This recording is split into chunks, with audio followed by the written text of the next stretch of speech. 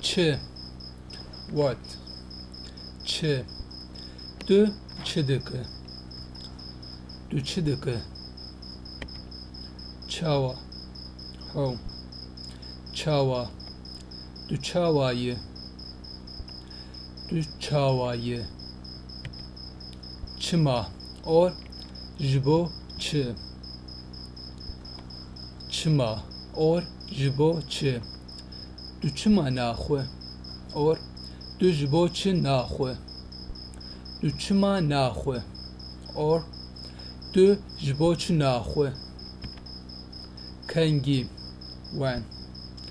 Kengi. Hune kengi herin mali. Hune kengi herin mali. Ki. Hu. Ki. Veya kiye.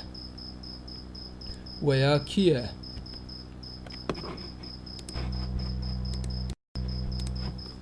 Lukuderi. Where? Lukuderi. Ev lukuderiye. Ev lukuderiye. Actually, ev usually uses for he, she, and it.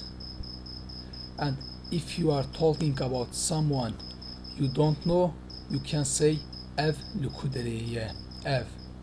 But if you are talking about someone who you know, it change. And if it's a male, you have to say via lukuderiye.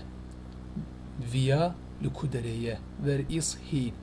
But if it's a female, you have to say veya lukuderiye. Veya lukuderiye. Where is she?